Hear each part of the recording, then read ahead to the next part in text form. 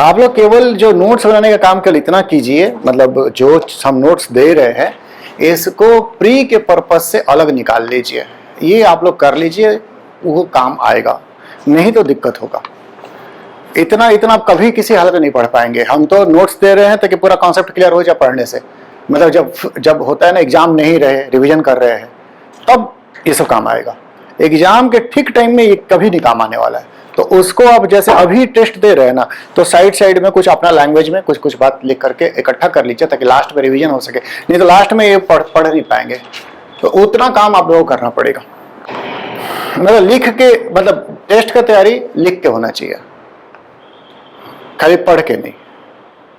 तो हमें मेरे पूरा लिखने के लिए, लेकिन मेन पॉइंट लिखा होना चाहिए। चाहे ड्राइंग बना होना चाहिए। कैसे आप याद करते हैं वो तो डिपेंड करता है ना। तो जैसे हम यहाँ पे ड्राइंग बनाते हैं अप्स डाउन, तो इस तरह का करके कुछ बना लीजिए।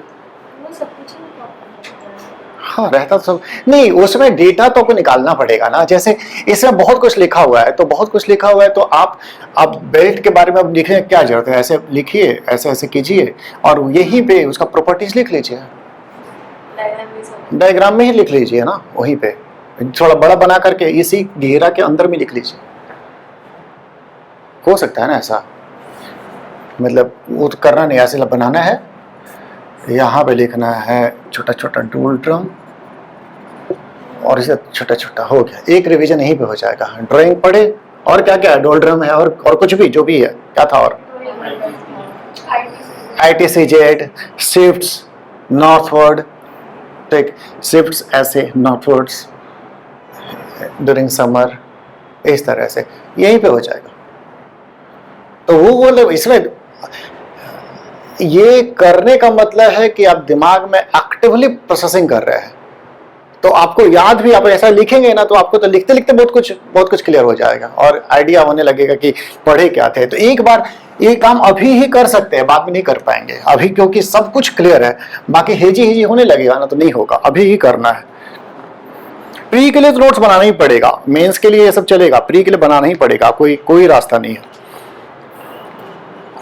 अच्छा, हम लोग नया चैप्टर शुरू कर रहे थे, क्वेश्चन तो पूछना है नहीं फिर। तो वाटर वेपर इन एटमॉस्फेयर, बल्कि एटमॉस्फेरिक फेनोमेनन जितने हैं उसका सोर्स जो है वाटर मॉइस्चर ही है। मॉइस्चर के कारण हम इतना सारा कुछ चेंज देखते हैं। वो पावर देता है क्योंकि वो हीट को रखता भी है, कभी कभी रखता है, कभी कभी छोड़ भी देता है। तो वो पूरा डिस्टर्ब करते रहता है। छोड़ेगा कब? हीट को ट्रैप करेगा जब वो इवेपोरेट करेगा, ठीक। तो हम लोग को पता है कि एनर्जी वो लेगा ना। इसको बोलते हैं लेटेंट हीट, मतलब अपना जब स्टेट चेंज करेगा तो एनर्जी लेगा। वो एनर्जी उसके पास जमा रहेगा ना, जब आसमान में जाएगा तो वहां पर क्या करेगा, वो जब कंडेंस होगा तो हीट को क्या करेगा, रिलीज कर देगा। तो कहीं से हीट ले जाएगा, कहीं रिलीज कर दे रहा है, ठीक। तो इस तरह से ये जो होता है, ये एक बहुत जगह पे पावर मतलब चीजों को डिस्टरबेंस करता है कहीं कहीं पर जा करके। तो हम लोग ये क्वेश्चन यहाँ पर दिए भी थे आप लोगों को कि जो एटमॉस्फेरिक फेनोमेनन है उसका सोर्स था ना, इसका सबसे बड़ा सोर्स जो है मॉइस्चर है। अगर बहुत ड्राइनेस रहे तो कितना भी गर्मी पड़ जाए, लेकिन वो मौसम वाला फेनोमेनन आपको नहीं दिखाई पड़ेगा। गर्मी पड़ेगा बट आपको वो सब नहीं दिखाई पड़ेगा, कहीं बारिश हो रहा है, छाया हो जा रहा है, तो ये बिजली चमक रहा है, ये सब नहीं होगा। ह्यूमिडिटी जो होता है, हम लोग वैसे पेपर में पढ़े थे कि 3 तरह से मेजर करते हैं, लेकिन हम लोग को ज्योग्राफी का पर्पस से हम लोग 2 तरीका से हमारा काम चल जाएगा। तो ह्यूमिडिटी जो होता है वो it is amount of water present in air, ठीक है, बहुत सिंपल सा बात है। तो it is amount of water vapour present in atmosphere, ठीक है। अब क्या है कि इसको मापने के लिए एक इंस्ट्रूमेंट आता है। किसको पता है इंस्ट्रूमेंट का नाम? हाथ उठाइए। जिस इंस्ट्रूमेंट से वाटर वेपर का मेजरमेंट होगा, तो इसको मेजर करते हैं हाइग्रोमीटर। जो मेजरमेंट होता है, वो मेजरमेंट 2 एक्सप्रेशन आते हैं। One is absolute humidity and next is relative humidity. अच्छा, इसको टेक्निकली ऐसा लिखते हैं कि 1 क्यूबिक मीटर ऑफ एयर में जितना ग्राम वाटर वेपर हो उसको बोलता है एब्सोल्यूट ह्यूमिडिटी। तो mass of water vapour present in 1 cubic metre of air इसमें लिख दे रहे हैं इंक्लूडिंग वाटर वेपर।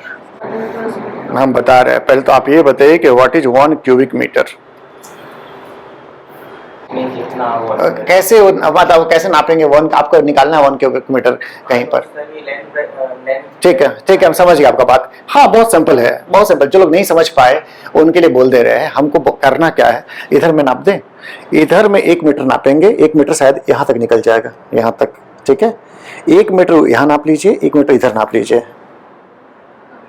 और ऐसे करके घेर दीजिए। ये जो डब्बा है ना, इस डब्बा को बोलते हैं 1 क्यूबिक मीटर। इस डब्बा को ही बोलते हैं 1 क्यूबिक मीटर। ये भी कुछ क्यूबिक मीटर होगा, कितना होगा दैट डिपेंड्स। अगर हम मीटर में इधर से नाप लें, मीटर में, तो पॉइंट में आएगा। इधर से नाप ले और इधर से नाप ले और तीनों को मल्टीप्लाई कर देंगे ना, तो एक निकल जाएगा कितना क्यूबिक मीटर है। ये मेरा जो रूम है, हम जिन लोगों को नहीं समझ पा रहे उनके लिए समझा रहे हैं, ये जो रूम है ना, ये भी एक क्यूबिक मीटर है। कुछ ना कुछ हम एस्टिमेट कर रहे हैं, यहाँ से वहाँ तक का 10 मीटर होगा, ऐसा हमको लग रहा है। और यहाँ से यहाँ तक होगा 6 मीटर और यहाँ से 6 मीटर। तो दिस इज 10 × 6 × 6, तो 360 क्यूबिक मीटर हो गया। 360 क्यूबिक मीटर। ठीक, तो 360 क्यूबिक मीटर को हम थोड़ा विजुअलाइज करवा रहे हैं, कुछ लोगों के लिए करवा रहे हैं खास करके। ये 360 क्यूबिक मीटर से पता क्या चलता है, हम अगर 1 मीटर लंबा, 1 मीटर चौड़ा और 1 मीटर गहरा अगर डब्बा लाए ना, तो यहां पर 360 डब्बा अटेगा। क्या राजीव, सही है ना? ये विजुअलाइजेशन है। ठीक, यहां पे 1 डब्बा अटेगा, यहां पर पूरा 6 डब्बा अट जाएगा। इधर में पूरा 6 × 6 36 डब्बा यहां तक अट जाएगा और ऐसे 10 रो बनने वाले हैं। That is 360। ठीक, मुद्दा ये है, हम रिपीट कर दे बात को, कि अगर हमको नापना है एयर का, यहाँ का ह्यूमिडिटी, हमको करना क्या पड़ेगा? ये दीवार खराब कर दिया, यहाँ पे नाप हम ठीक सकते हैं। यहाँ से 1 मीटर नाप लेंगे, 1 मीटर नाप लेंगे, 1 मीटर नाप लेंगे, ऐसे करके एक डब्बा बना देंगे। और ये जो होता है, दिस इज 1 क्यूबिक मीटर। ठीक, यही है डब्बा। इस डब्बा में जितना एयर है उसमें कितना ग्राम पानी है, वही हमको तो निकालना है। कितना ग्राम पानी उस डब्बा के अंदर। अब उस डब्बा में तो एयर भी है, पानी भी है, तो उस 1 क्यूबिक मीटर को जब लेते हैं तो इंक्लूडिंग वाटर वेपर लेते हैं। ऐसा नहीं है कि वाटर वेपर को निकाल के, इंक्लूडिंग आप रेयर को ले लीजिए, इतना एरिया को घेर दीजिए, वो कुछ नहीं करना, इतना एरिया को घेर दीजिए और किसी भी तरह से आप निकाल दीजिए पानी कितना, वाटर वेपर कितना है। That is relative humidity. एक पॉइंट क्लियर किए कि it is mass of water vapour present in 1 cubic metre of air. अगला आते हैं हम लोग, तो this is absolute humidity. Absolute. हम आते हैं रिलेटिव ह्यूमिडिटी में। रिलेटिव ह्यूमिडिटी जो है वो होता है कि एयर में, हम क्यूबिक मीटर में ही अभी हिसाब कर लेते हैं, मास of water vapour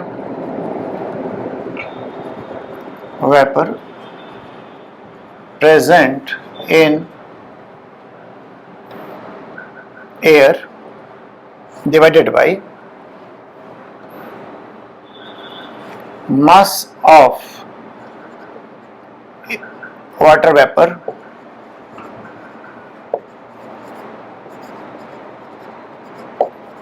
that can saturate the air। हम थोड़ा अलग में नोट्स में थोड़ा डिफरेंट मिलेगा, हम थोड़ा समझाने वाला लैंग्वेज जो लिख दिए हैं अलग से। रिलेटिव ह्यूमिडिटी जो होता है, ये एयर में कितना वाटर वेपर प्रेजेंट है और वो एयर कितना वाटर वेपर ले सकता है बिफोर रीचिंग ड्यू पॉइंट या saturation point is relative humidity. ठीक, तो हम एग्जांपल दे रहे हैं, हाँ बता रहे हैं।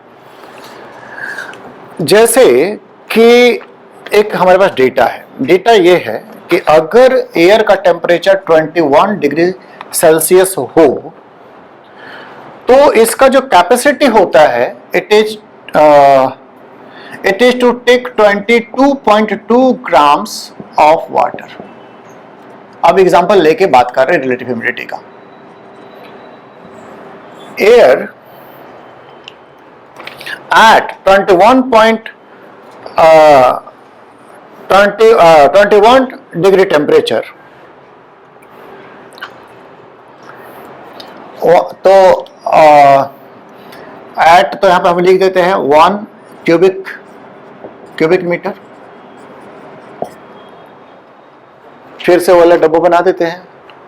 इस डब्बा में अगर टेम्परेचर 21 डिग्री है तो इसमें मैक्सिमम जो वाटर वेपर रहेगा दैट विल बी 22.2 ग्राम। ठीक, अगर आप 22.2 ग्राम से थोड़ा सा भी ज्यादा वाटर वेपर ऐड करने की कोशिश करेंगे तो वाटर वेपर कहीं दीवार में जाके जम जाएगा। या हम ऐसा आप लोगों को बोले कि अगर हम लोग एयर को बिल्कुल ड्राई कर पाए, एकदम ड्राई, नो वाटर वेपर, और इस तरह का एक डब्बा में 22.2 ग्राम वाटर पहले से डाल के रख दे और ड्राई एयर को अंदर में पंप कर दे, तो वो वाटर जो होगा थोड़ी देर में गायब हो जाएगा। अंदर में जो वाटर था,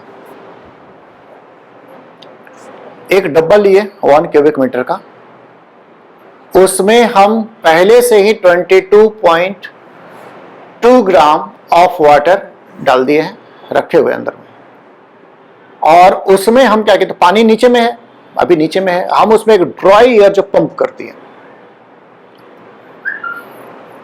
1 क्यूबिक लीटर का डब्बा था। थोड़ी देर हम अगर हम झांक के देख पाए तो देखेंगे कि पानी है ही नहीं, पानी गायब हो चुका है। कहां गया पानी? पानी चला गया है एयर में। ठीक, क्या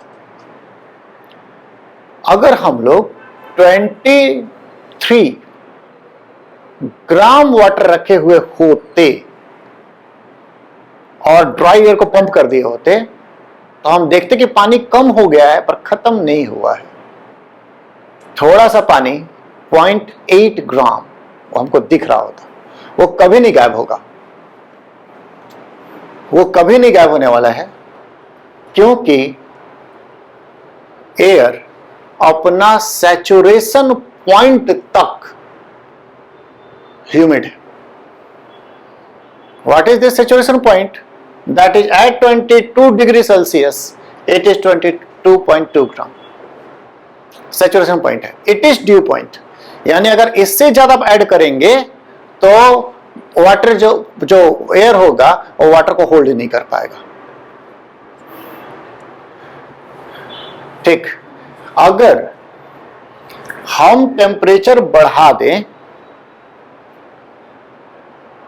ठीक, अगर हम टेम्परेचर बढ़ा देंगे तो वो जो 0.8 ग्राम वाटर था वो भी गायब हो जाएगा, क्योंकि जैसे जैसे टेम्परेचर बढ़ता है वैसे वैसे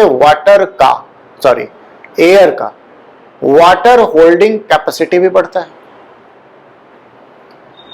रिपीट कर रहे हैं, जैसे जैसे एयर का टेम्परेचर बढ़ता है उसका वाटर होल्डिंग कैपेसिटी भी बढ़ता है।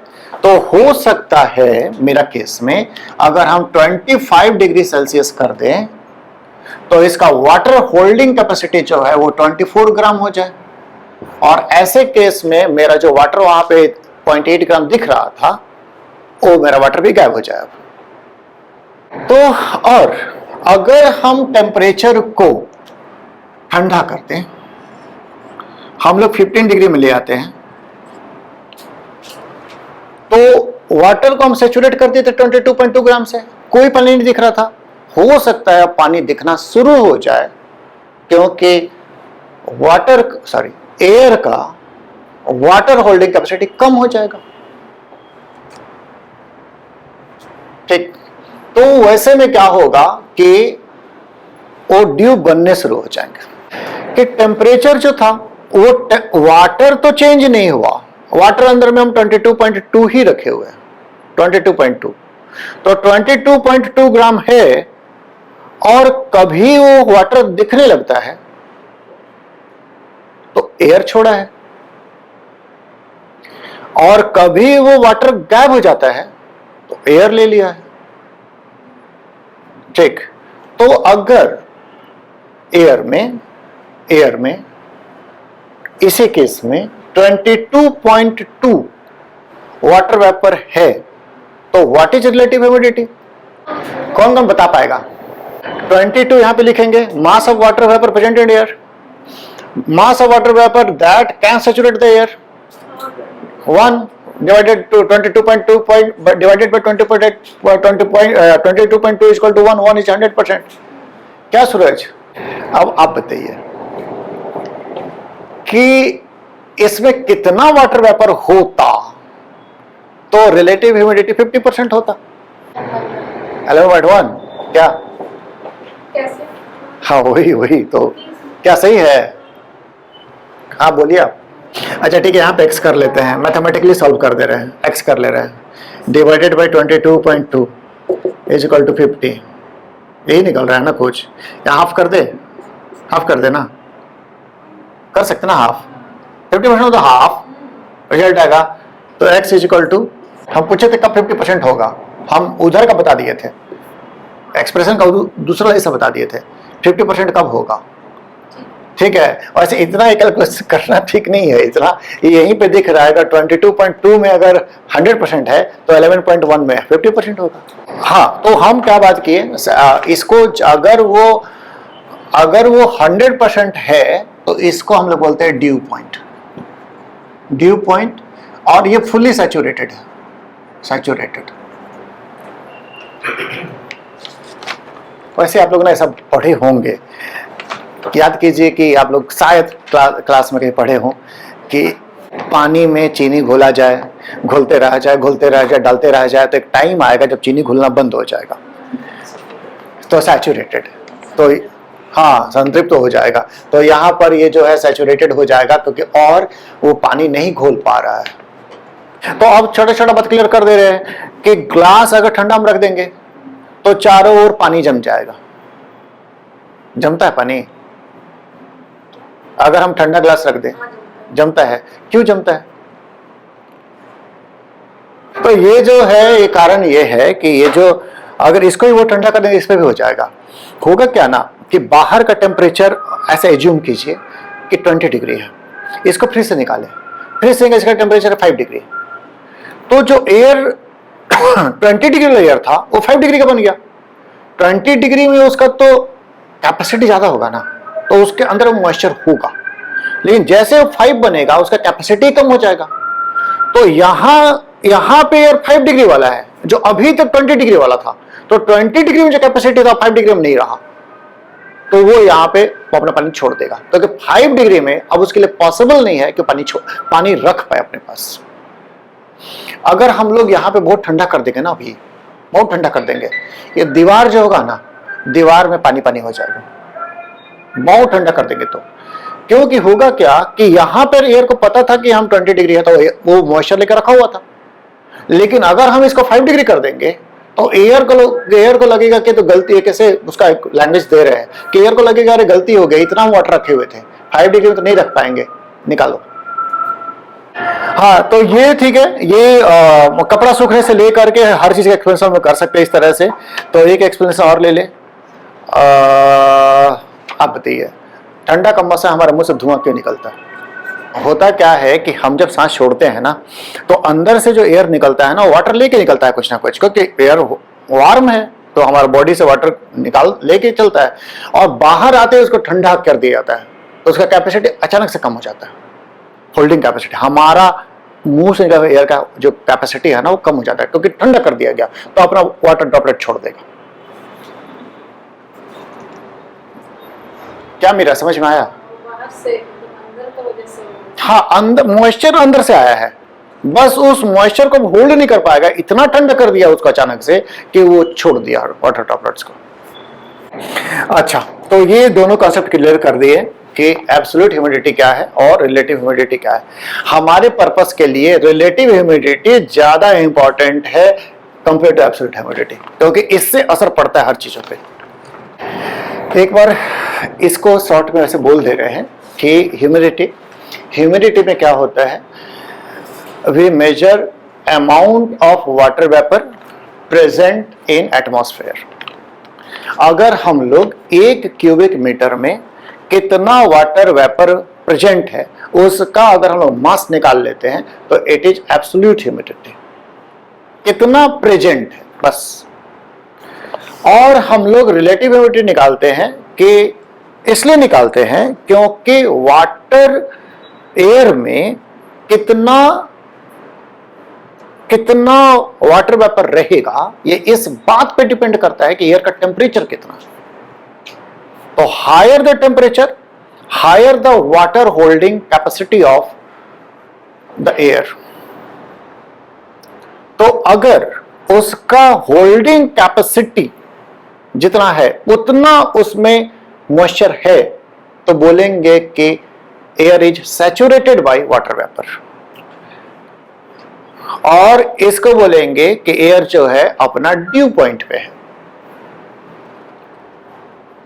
ठीक, और अगर उसका ह्यूमिडिटी, एयर का ह्यूमिडिटी कम है तो हम बोलेंगे कि एयर जो है वो अनसैचुरेटेड है, यानी कि और भी ये वाटर वेपर ले सकता है।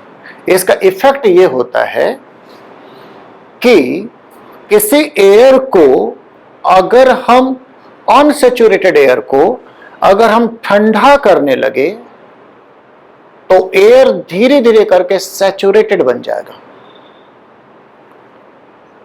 किसी एयर मास को, अनसैचुरेटेड एयर मास को अगर हम धीरे धीरे ठंडा करने लगे तो वो सैचुरेटेड बन जाएगा, और जिस टेम्परेचर पे वो सैचुरेटेड बनेगा दैट इज ड्यू पॉइंट।